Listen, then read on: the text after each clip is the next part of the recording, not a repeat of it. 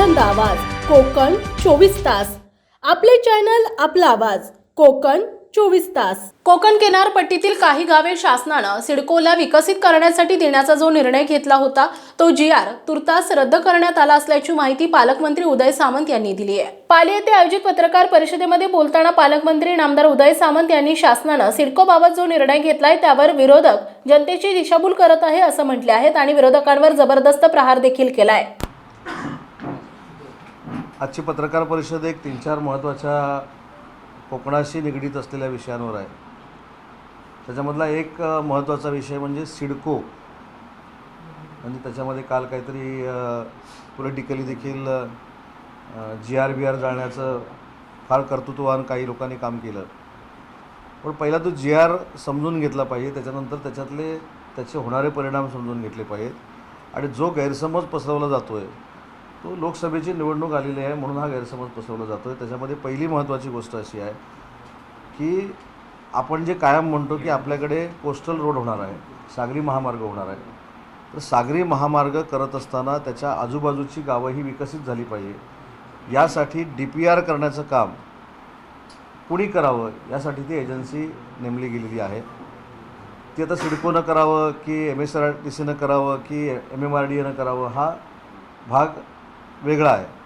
परंतु जे काही सांगितलं जाते की जिल्हाधिकारी कार्यालयाचे अधिकार काढून घेतलेले आहेत, स्थानिक स्वराज्य संस्थांचे अधिकार काढून घेतलेले आहेत, नगरपंचायत नगरपालिकांचे अधिकार काढून घेतलेले आहेत, असं काही झालेलं नाही। हा DPR बनवत असताना सगळे अधिकार जे आहेत जिल्हाधिकारी कार्यालयापासून स्थानिक स्वराज्य संस्थेपर्यंत हे सगळे अबाधित आहेत। त्याच्यामुळं त्या परमिशनसाठी सिडकोकडे भविष्यामध्ये जर एजन्सी बदलली तर MSRDCकडे किंवा MMRDAकडे जाण्याची अजिबात आवश्यकता नाही। जी प्रोसिजर आज चालू आहे ती उद्या पण तशीच राहणार आहे। त्याच्यामुळं त्याच्यावर वादंग निर्माण करणं, गैरसमज पसरवणं, उगाचच आपल्याला त्याच्यातली फार माहिती आहे असं दाखवणं हे काही योग्य नाही। विरोधकांनी याचा बाऊ करू नये। 100% आहे त्या प्राधिकरणाकडेच NOC देण्याचे किंवा प्लॅनिंग अथॉरिटी म्हणून अधिकार राहतील। जो कोस्टल हायवे आहे आणि कोस्टल हायवेच्या बाजूला नवीन काही जर टाउनशिप डेव्हलप करायची असेल किंवा नवीन शहरं विकसित करायची असतील तर त्याचा पहिला प्लॅन केला जातो आहे। फक्त प्लॅन करून त्याच्यामध्ये किती स्क्वेअर किलोमीटर ही किनारपट्टी आहे तर 720 किलोमीटर आपल्याकडे आहे। आता 720 किलोमीटर किनारपट्टी आहे की 800 किलोमीटर किनारपट्टी आहे की 740 किलोमीटर किनारपट्टी आहे हे देखील तपासणं गरजेचं आहे। कारण 720 किलोमीटर लांबीचा समुद्र किनारा आहे असं आपण कायमस्वरूपी म्हणत आलेलो आहोत, परंतु 720 किलोमीटरचा तो आहे की जास्त आहे हे तपासलं पाहिजे। त्याच्यासाठी काही यंत्रणा असली पाहिजे आणि ती यंत्रणा स्थापन करत असताना कुठेही प्राधिकरणाचे अधिकार म्हणजे जी आता जिल्हाधिकारी प्राधिकरण असेल, नगरपालिका असेल, नगरपंचायत असेल, याचे कुठेही अधिकार काढून घेण्यात आलेले नाहीत। ते सगळे अबाधित राहिलेले आहेत आणि त्याचा गैरसमज दूर करण्याचा जी.आर. जो आहे तो आज किंवा उद्या पब्लिश होईल। काल रात्री 12 वाजता त्या जी.आर. काढण्याच्या फाईलवर माननीय मुख्यमंत्री महोदयांची सही झालेली आहे। त्याच्यामुळे कोकणवासियांनी निश्चिंत राहावं, कोणाच्याही गैरसमजाला बळी पडू नये। सरकारमध्ये असलेले मुख्यमंत्री एकनाथ शिंदेसाहेब हे कोकणचे काळजी घेणारे मुख्यमंत्री आहेत, दोन्ही उपमुख्यमंत्री आहेत। त्याच्यामुळे अजिबात चिंता करण्याची काही आवश्यकता नाही। आणि म्हणून कोकणाची काळजी आहे म्हणून सागरी विद्यापीठ जे देशातलं पहिलं होतं आहे ते देखील रत्नागिरीमध्ये जाहीर झालेलं आहे। शासकीय विधी विद्यालय हे देखील मी आपल्याला 6 महिन्यापूर्वी सांगितलं होतं, ते देखील रत्नागिरीमध्ये आता होतं आहे। कृषी विद्यापीठाअंतर्गत येणारं कृषी महाविद्यालय हे देखील रत्नागिरी तालुक्यामध्ये होतं आहे। आणि सगळ्यात महत्त्वाचं आज आपण आंबा बोर्ड तयार केलेला आहे, आपण काजू बोर्ड तयार केलेला आहे, तसंच फणसाचं पीक देखील फार मोठ्या पद्धतीनं कोकणामध्ये आहे आणि फणसावर रिसर्च करणारं रिसर्च सेंटर हे देखील रत्नागिरीमध्ये होण्याला मंजुरी मिळालेली आहे। त्याचा जी.आर. देखील आचारसंहितेच्या अगोदर निघेल। आणि म्हणून मला असं वाटतं की उगाचच एखाद्या गोष्टीचा बाऊ करण्यामध्ये काही अर्थ नाही। रत्नागिरीच्या ST स्टँडच्या बाबतीमध्ये देखील मी शब्द दिलेला होता की MIDC मार्फत ते काम सुरू केलं जाईल। काम सुरू झालं आहे आणि 15 ऑगस्टच्या अगोदर ते काम पूर्ण करण्याचा आमचा प्रयत्न राहणार आहे। त्याच्यामुळे सगळ्यात महत्त्वाचा जो भाग होता की सिडको प्राधिकरणाकडे काही परमिशनसाठी गेलेला आहे, तर सिडको प्राधिकरण आता जिल्ह्याच्या RPमध्ये ढवळाढवळ करणार आहे, जिल्ह्याच्या विकासामध्ये ढवळाढवळ करणार आहे, असं काही नाही। पूर्वी जसं होतं तशीच यंत्रणा प्रत्येक जिल्ह्यामध्ये कार्यरत राहणार आहे।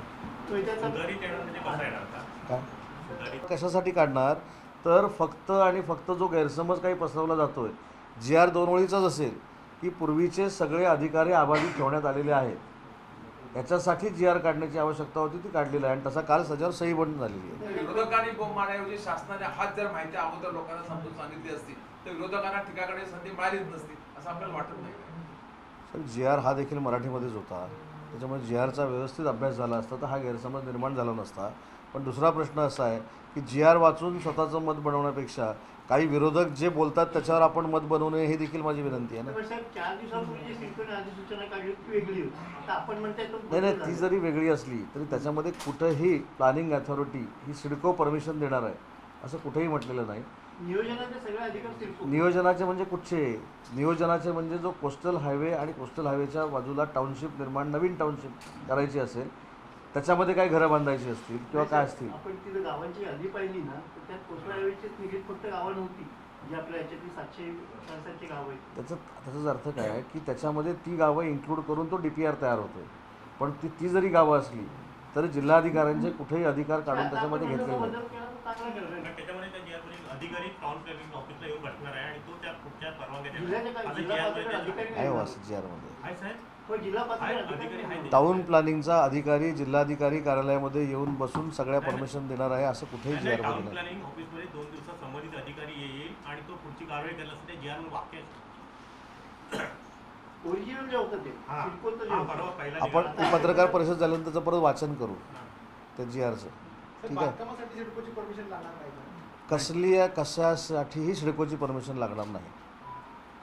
सिडको जे अधिकार पूर्वी जे प्राधिकरण म्हणजे काय जिल्हाधिकारी सुद्धा प्राधिकृतच केलेले आहेत परमिशनसाठी त्यांना ज्या परमिशनसाठी प्राधिकृत केलेले आहेत ते त्या परमिशन देणार.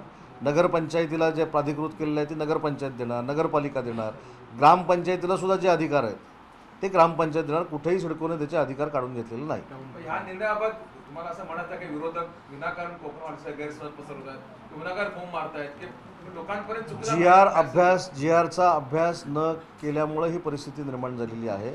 परंतु कोकणवासियांबद्दल पूर्ण प्रेम सरकारला असल्यामुळं तातडीनं खुलासा करण्याचा निर्णय सरकारनं घेतलेला आहे.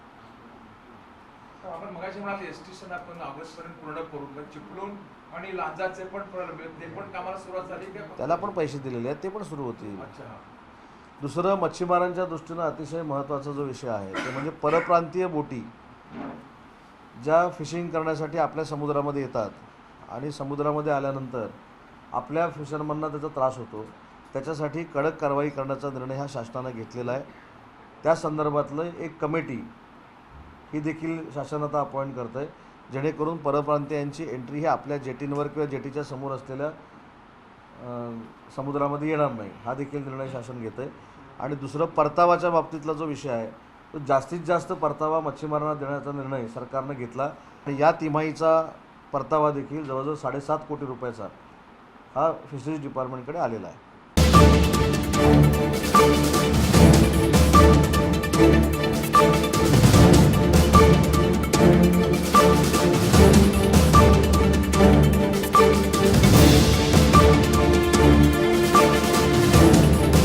कोकणचा बुलंद आवाज कोकण 24 तास आपले चॅनल आपला आवाज कोकण 24 तास.